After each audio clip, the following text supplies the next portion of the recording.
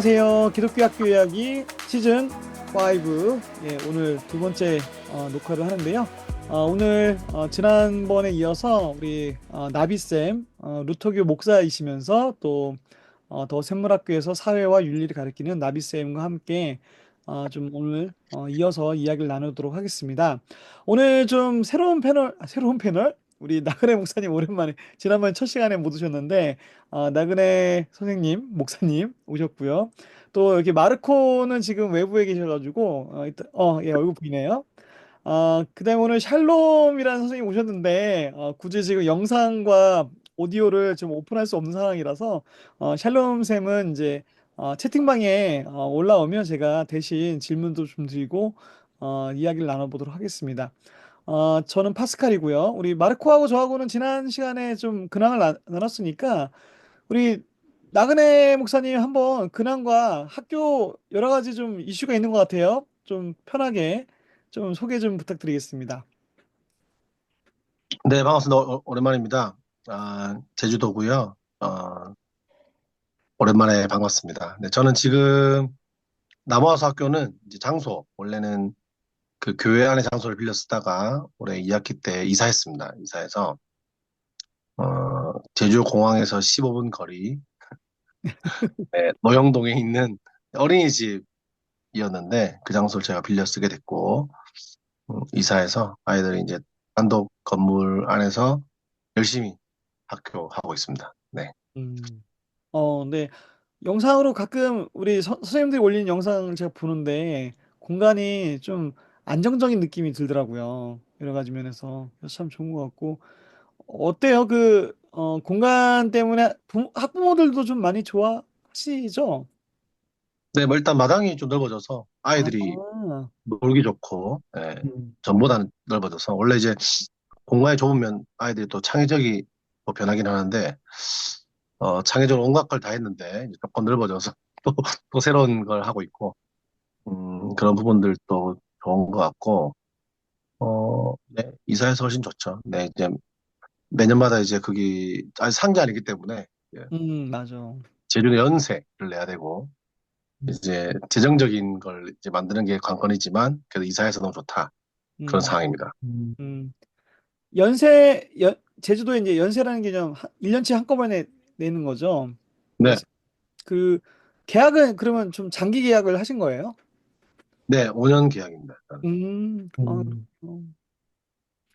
우리 그 건물주가 좀 이렇게 은혜를 받아서 좀 싸게 주시면 좋겠네요. 싸게 네. 들어왔어요. 네, 싸게 들어와서 잘 쓰고 아, 있습니다. 아예 그냥 매물도 싸게. 그러게요. 네, 그것도 방법 중에 하나죠. 아니면 더 넓은 땅으로 가셔야죠. 5년 뒤에. 음. 네. 알겠습니다. 네. 하여튼 남아숲학교 소식 감사하고요. 우리 나비쌤은 좀 한 주 어떻게 지내셨어요? 처음 녹화하고 나서 좀 주변에 반응이 하는 거 좀 웃기지만 이게 아무도 많이 안 보는데 어떠셨어요? 그 방송하고 나서? 반응은 그 뜨거운 반응을 제가 경험했고요. 네, 네. 일단 제가 봤는데 편집을 너무 잘해주셔서 아, 편집 프로그램을 좋은 걸 써서 그랬습니다. 아, 네. 아, 그리고 뭐 그 사이에 좀 이제 연말이다 보니까 학교 행사들이 많아서 음, 행사 준비하면서 그렇게 보냈습니다. 그러게요. 저희가 지금 오늘이 12월 23일이고, 내일이 이제 성탄절 이브인데, 물론 이제 교회에서도 행사가 있는데 학교에서도 뭐 있지 않아요? 그 성탄절 맞이? 네, 저희는 내일 행사가 있어요. 어떤 저희는 행사? 1년 동안 이제 배운 것들을 나누는 그런 축제가 있거든요. 기분 아, 나네. 네, 그거 선생님들 준비하면 또 엄청나게 일인데, 그게 다. 뭐, 그쵸. 그렇죠. 이제 그거 끝나면 또 퇴근하고 또 교회로 또 달려가서 또 애들 챙겨야 되고, 또 그런데 발표. 뭐 아이들이 자기들이 어느 정도 이렇게 잘 하더라고요, 준비를. 그렇군요. 네. 이제 바쁜 걸 치면 우리가 나그네 목사님 앞에 말 못할 것 같은데 목사님은 이제 학교장이면서 또 제주도에 있는 큰 좀 대형 교회 부목사이시잖아요. 음, 매일 일정이 어떠세요, 남 목사님은?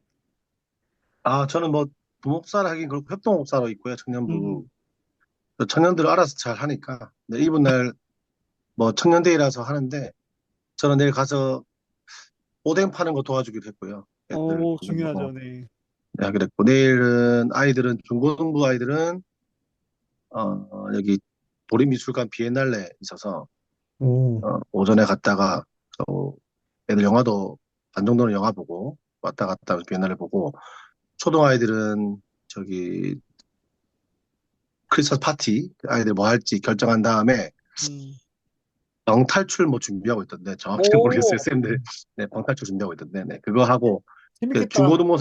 중고등부 밖에 나가기 때문에 선생님들은, 예, 성탄 지나고 있을 코칭 준비, 아이들하고 1대1 음, 코칭, 이제 방학 시험 다 쳤고, 이제 시험 문제 점수한 거랑 한 학기 동안의 그런 어떤 걸 돌아보는 코칭북을 만들어서 아이들과 1대1로 다 코칭해서 이제 보내거든요. 음. 그거 준비 내일 할 것 같아요. 근데 제가 음. 제일 안 바쁘죠. 선생님들이 바쁘죠. 저는 계속 이제 사람 만나고 뭐 이런 거 하고 있습니다. 어, 네.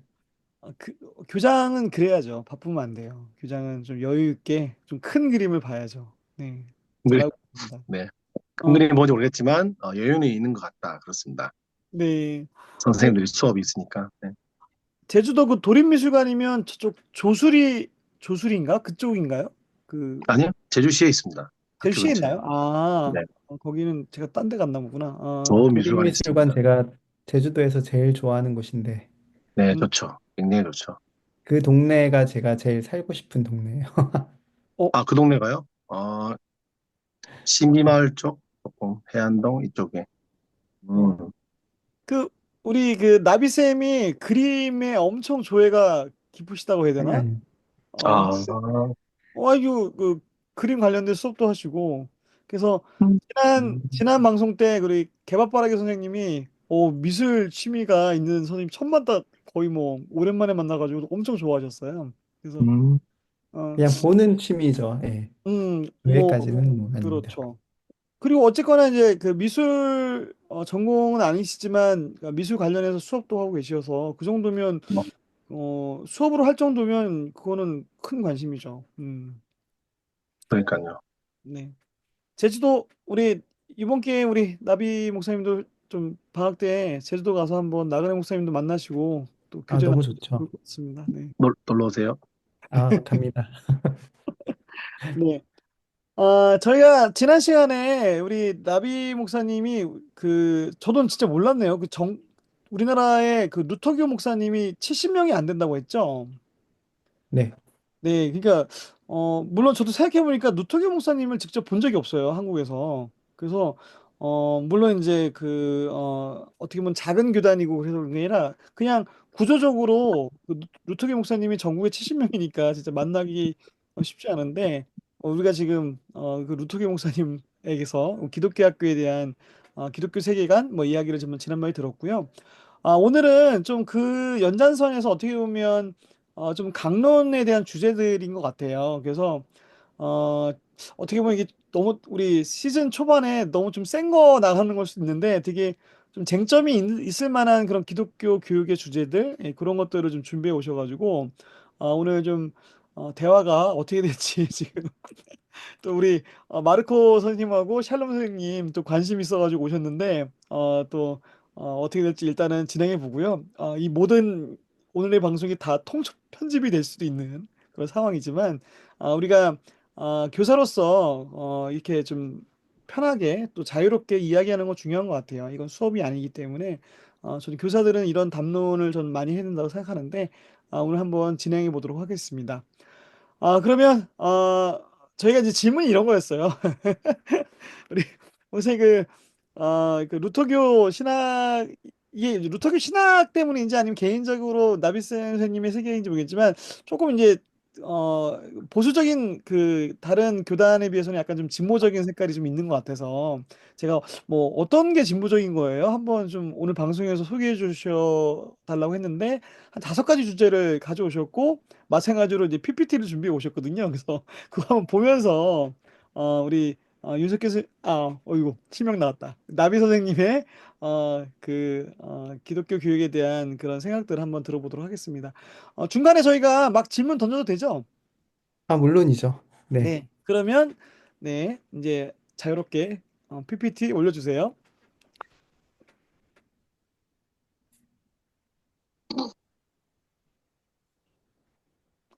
네, 네, 또 캐릭터 익숙한 캐릭터 나왔습니다. 네.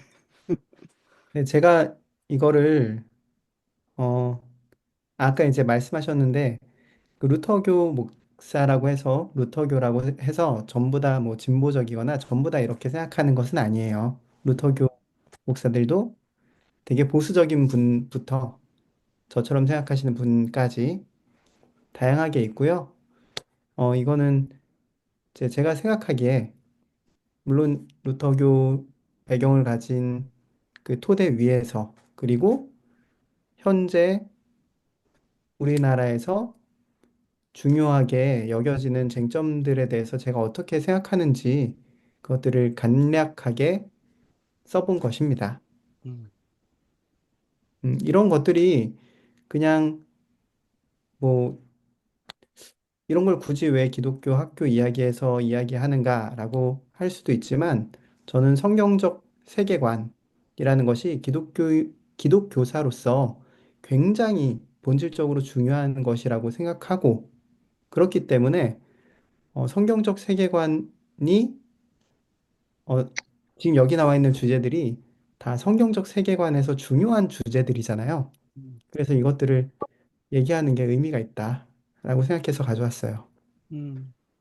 그러면 좀 하나씩 5개의 주제가 있는데 사실 저는 지금 우리가 4번이 지금 워낙 지금 시사 이슈인 주제라서 4번 너무 관심이 있고 4번까지 빨리 가고 싶지만 그래도 1번부터 4번 한번 먼저 할까요, 그러면? 오 4번 너무 센 거 아니에요? 네, 뭘, 예, 전혀 그렇지 않다고 아, 생각하거든요. 네. 그럴까요? 그러면 우리 1, 2, 4, 1, 2, 3, 5번은 나중에 해도 되는데 4번 네, 한번 얘기해 볼까요? 나가래 목사님 괜찮으시죠? 네. 어, 4번이 지금 시국에 센 얘기인가요? 이게 이제 자유롭게 이야기할 수 있는 지금 현재 우리가 이제 윤석열 대통령 탄핵에 대한 이슈가 좀 있는데 음. 어떠세요? 지금 자유롭게 얘기하시나요, 학교에서? 일단 나그네 목사님 학교는 좀 어때요? 지금 이슈에 대해서? 아, 저요? 네네. 뭐, 전체적으로 뭘 이야기하진 않는데, 음. 저는 개인적으로 당연히 탄핵해야 돼 생각하는데요. 네. 네. 당연한 거 아닌가요? 아니, 지금 범죄인이 있는데 당연한 거 아니에요? 내란죄를 일으킨. 잠깐만, 이게 당연한 거 아니에요? 네. 이제 그런 거 있잖아요. 뭐, 기독교, 교회나 기독교 네. 학교 정치적으로 중립을 지켜야 된다. 그래서 이제 뭐 이런 탄핵 이슈에 저 대해서, 굉장히 정치적으로 중립을 지킨 건데요, 이게 지금. 그렇군요. 네. 네. 네. 우리 그, 나비 네. 목사님 진보적이지 않은 걸로. 네. 아니요, 지금 너무 좋은데요. 예. 어, 예수님은 정치범이셨죠. 당시에 체제를 붕괴시킬 만한 굉장한 역사적으로, 정치적으로 그런 분이셨죠. 네. 그렇게 볼 네. 수 있죠. 그렇군요. 역사적으로. 네. 네. 오늘 PPT 화면을 우리 나그네 목사님이 준비하신 것 같네요. 네. 그럼 나비쌤 한번 요 4번 이슈에 대해서 한번 왜 요거를 선택하셨는지 이야기 좀 해주세요. 제가 이제 박근혜 탄핵이 몇 년도였는지 정확히 기억은 나지 않지만 8년 전이에요, 딱. 8년 전이군요. 2016년? 그때는 제가 기독교 학교에 근무하지 않았었어요. 음, 그때는. 그런데 이후에 이제 제가 기독교 학교에서 일하기 시작했는데 제가 정치와 법과 정치 과목을 가르쳤거든요. 음, 네, 그러면서 이제 성경적 세계관을 어떻게 과목에 녹여서 가르칠까 이것들을 고민하면서 가르쳤는데 그러면서 이제 아이들이 그 당시의 탄핵에 대해서 정확하게 정립하고 있지 못하다는 생각이 들었어요. 아, 여전히 탄핵은 기독교인으로서 할 수 없는 거야. 음, 혹은 기독교인인데 탄핵을 어떻게 생각하지? 혹은 기독교인인데 정치적인 어떤 권력자에게 왜 대항해도 되지? 저항해도 되지? 이런 생각들을 하고 있는 거예요. 음, 그러면서 이제 그 아이들이 갖고 있는 생각 중에 하나가 위에 있는 권세에 순종하라. 로마 하나님이 세우신 가이드, 권세에 예, 순종해야 된다라는 생각을 아이들이 갖고 있다라는 걸 알았어요. 음, 음, 그런데 이 아이들이 잘못된 불의한 권력에 저항해도 된다라는 걸 모른다는 사실을 제가 알게 된 거죠.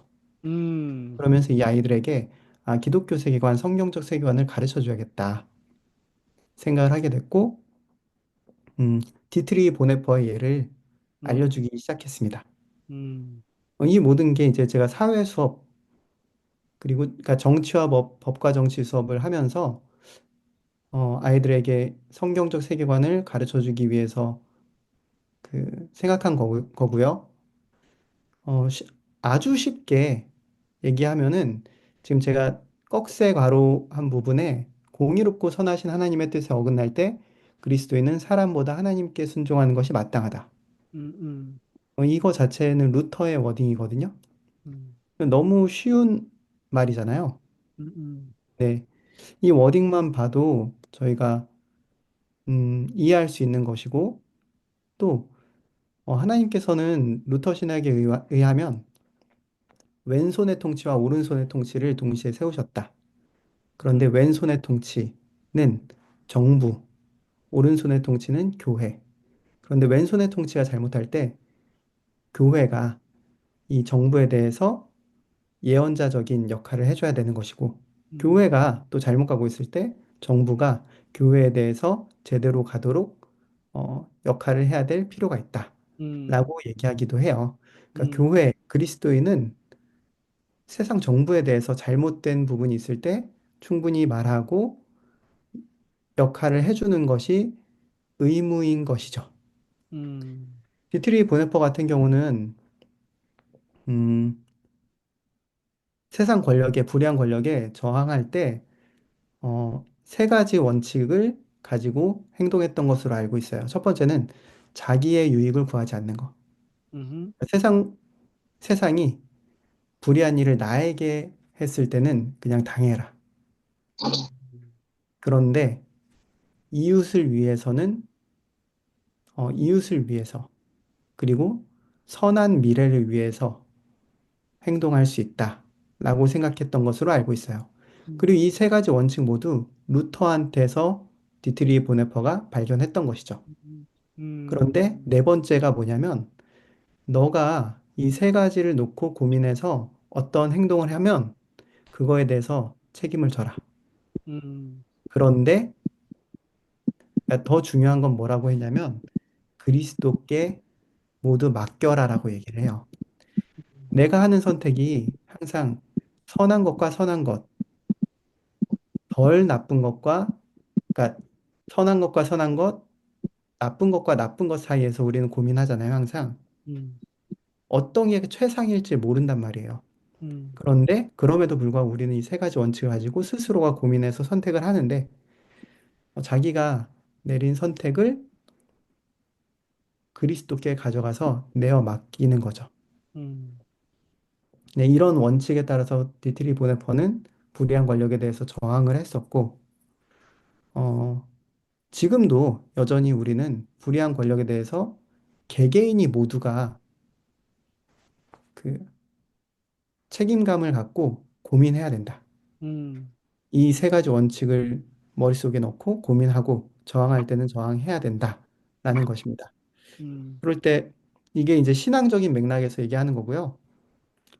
법과 정치적인 맥락에서는 당연히 음, 그 통치자가 왕이 아니잖아요.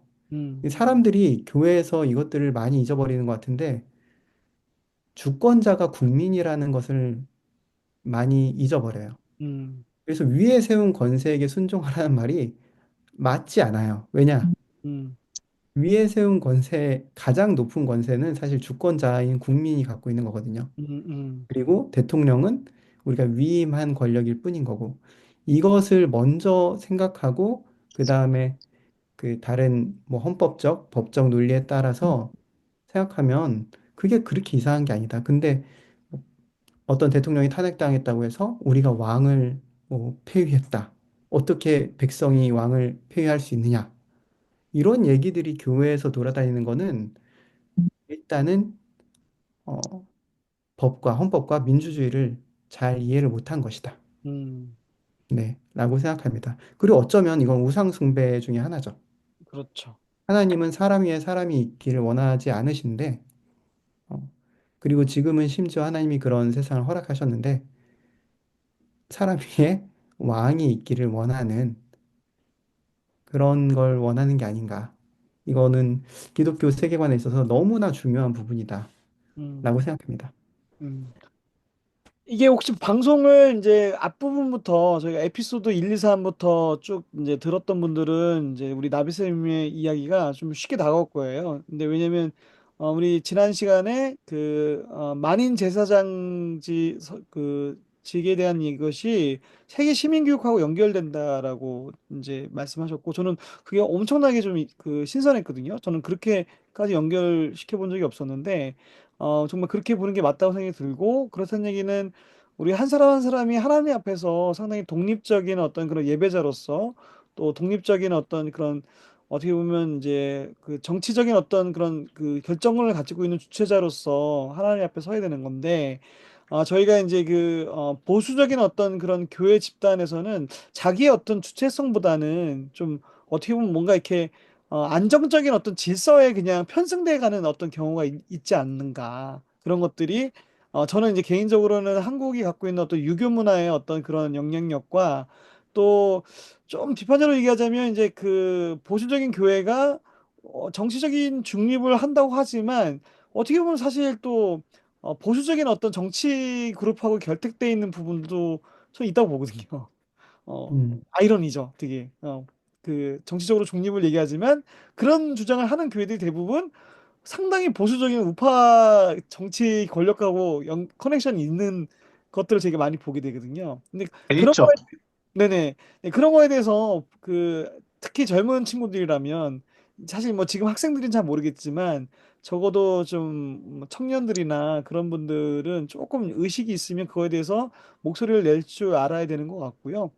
사실 근데 이렇게 보면 또 요즘 젊은 친구들이 교회 안 가는 이유가 이제 이런 때문에 안 가는 또 있다고 봐요. 이 어른들, 기성세대 교인들이 상당히 보수적인 입장이다 보니까, 그래서 이 모든 교회 문제에 많은 것들이 연결돼 있는 것 같고요. 그럼 나가희 목사님 혹시 뭐 코멘트 해주실 거 있으세요? 네. 전 동의하고요. 저기, 방금 뭐 말씀하신 것 때문에 제가 상당히, 갑자기 딴 생각을 해갖고. 일단 보네포 얘기는 뭐 너무 잘 아는 것처럼, 음, 보네포가 당시에도 이제 사실 당시에 그 보유 교회들이 다들 히틀러를 거의 뭐 메시아 취급을 하고, 예, 그렇게 가고, 그 기류에 편승했죠. 정치적으로 결탁했고. 그런 상황에서, 보네포가, 그러니까 이제 술 취한 운전자가, 정확하게 어딘지 모르겠는데, 술 취한 운전자가 사람들을 치이고 있는데 그냥 두고 볼 수 없다. 뭐 약간 이런 차키를 뺏어야 된다 이렇게 얘기했던 걸로 알고 있는데 미쌤 그 그런 맥락 보네포 PT 화면 좀 띄울 수 있나요? 제가 지난번에 어, PPT가 있어요, 이게. 네, 뭐 적당 대충 이렇게 알면 될 것 같고 해서 일단은 그런 얘기 했던 것처럼 저는 그분 동의하고 그것 동의합니다. 저는 아까 말한 대로 위의 것에 뭐 이걸로 잘 한국 교회는 그 위의 것 순종해라는 이야기로 거의 어, 많이 눌렀고 또 그게 뭐 한국 교회 역사 안에서 굉장히 장점도 있었다고 보는 것도 있지만, 근데 그게 사유를 멈추게 하고, 교회의 어떤 평화라고 하는 뭔가 지금 소리 내는 걸 싫어하는, 우리나라처럼 갈등 있는 걸 싫어하는, 어, 단체에서는 그걸로 많이 무마시키고 당회가 힘을 많이 갖게 되었는데, 사실은 말씀하신 것처럼 위의 것이라 한다면 우리 입장에서 봤을 때는 국민이 그 위치이기 때문에 옛날에 그거 박근혜 대통령 시절이었나요? 옛날에 기억나는 게 그 장애인 이렇게 뭐 학교인가 뭐 들어오는 할 때 그때 이제 나라 정치인들이 그곳에 또 가고 하여튼 그 TV 장면에서 그 장애인을 둔 부모님이 무릎을 꿇으면서 맞아, 맞아. 정말 해달라고 이야기하는데 무릎을 꿇을 사람은 장애인 부모가 아니고 어, 정치인들이었고 그 사람들 해야 되는 건데 그것도 어, 말이 안 되는 거죠. 네, 음, 그런 부분도 생각을 좀 했었고 그런 부분에 저는 굉장히 의미 있게 보고 있고 네 그렇습니다. 네 그래서 저는 이야기에 굉장히 동감합니다. 음, 그리고 한국 교회가 결단 얘기하셨지만 실제로 최근에 윤석열 대통령이 담화할 때 보면은 부르짖는 게 마지막으로 손을 잡는 게 이제 우파 교회를 향한 메시지 던졌잖아요. 도와달라고, 날 믿어달라고. 그거만 봐도 이미 지금 믿는다는 10%는 지금 거의 극우 기독교가 하고 있다는 게 안타까운 실정이죠. 어, 실정이고, 그게 대형교회가 그렇게 돼 있는 상태고. 우리나라가 예전에 여의도에서 몇 명이 모였다. 옛날에 그런 거 전부 다 사실 알고 보면 어떤 면에서 하나님 은혜도 있고, 한국 교회가 모인 것도 뭐 은혜롭게 말할 수 있지만, 그게 정치랑 연결돼 있었기 때문에 그렇게 모인 것을 용인한 게 아닐까 라는 생각도 저는 하게 되고 그런 부분에 저는 동의하는 부분이 있습니다. 그래서 한국교회가 교회든 청년들 교육과 청소년들 교육을 할 때 이런 부분을 좀 할 수 있는 분위기는 돼야 된다 생각합니다. 저는 개인적으로. 음, 네. 저는 설교 때도 어느 정도 다루기도 했고 근데 교회 안에는 다양한 사람들이 있으니까 조심스럽게 좀 할 필요는 있죠. 음, 음. 계속 그걸 하려면.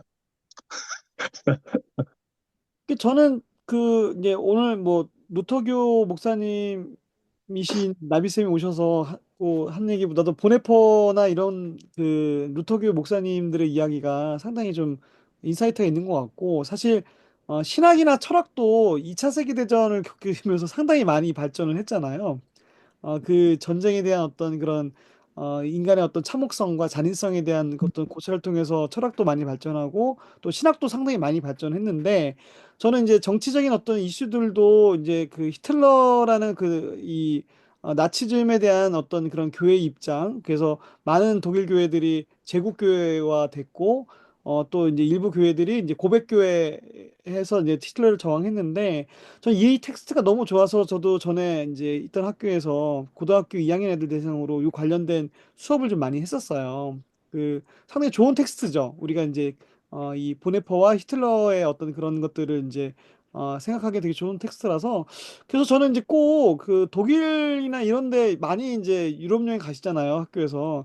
저는 꼭 바르멘을 꼭 가봐라. 그 고백교회 그 분들이 모여서 칼 바르트하고 뭐 보네포하고 되게 어, 역량 있는 신학자들이 그 히틀러를 저항하면서, 거기 생각해보니까 이제 나비쌤 말씀하신 대로 상당히 기독론이 강조된 그런 그 신학 그 선언문이었던 것 같아요, 바르멘이. 이게 우리의 어떤 오직 메시아 주님은 예수 그리스도밖에 없다라는 것들이 상당히 강조된 신학 선언문이거든요. 근데 그 바르멘 거기 그 교회가 있어요, 기념교회가. 거기 가면 상당히 인사이트가 되게 있고, 그 당시에 독일 교회들이 어떻게 그 나치즘에 빠졌고, 또 어떻게 이제 고백교에 있는 그런 소수의 무리들이 죽음을 걸고서 그 자신의 신앙을 지키려고 했는지, 그런 내용들이 있어서 저는 진짜 그 독일 여행하는 많은 기독교 학교들은 바르멘을 꼭 가봤으면 좋겠어요. 저도 지금 거의 하루 일정이긴 해요. 거기가 소도시고 되게 이제 한쪽 베를린에서도 멀고 프랑크푸르트에서도 좀 먼데, 하지만 하루 정도 시간 내셔서 꼭 가보시면 좋겠고요. 제가 이 편집할 때 제가 가서 찍은 영상 살짝 삽입하고 링크를 걸어드리도록 하겠습니다.